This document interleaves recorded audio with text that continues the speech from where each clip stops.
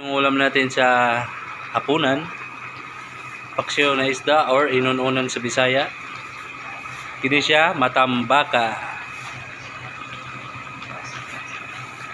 Isda na po ang ato ang lutoon.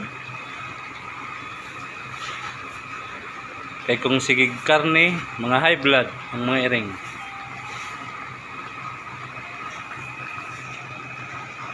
Lagyan natin siya ng laurel para matanulo ng lansa niya.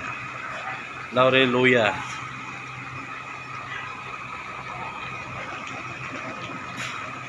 Konti lang siya paghapon guys kasi yung iba hindi naman kumakain. Ayaw nila ng isda. Marami ditong hindi nakain ng isda.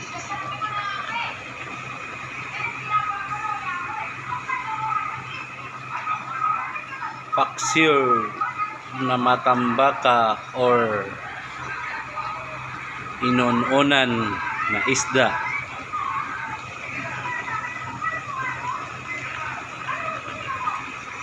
Puro suka lang guys ang gamit natin.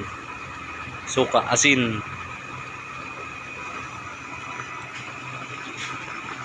Antay lang natin na tumuyo konti bago natin hanguin.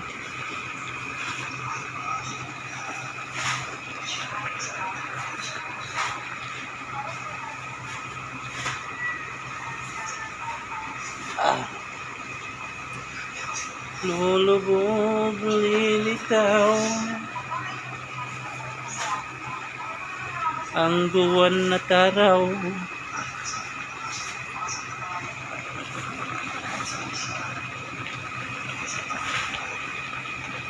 Ang dami nating nilagay na ano.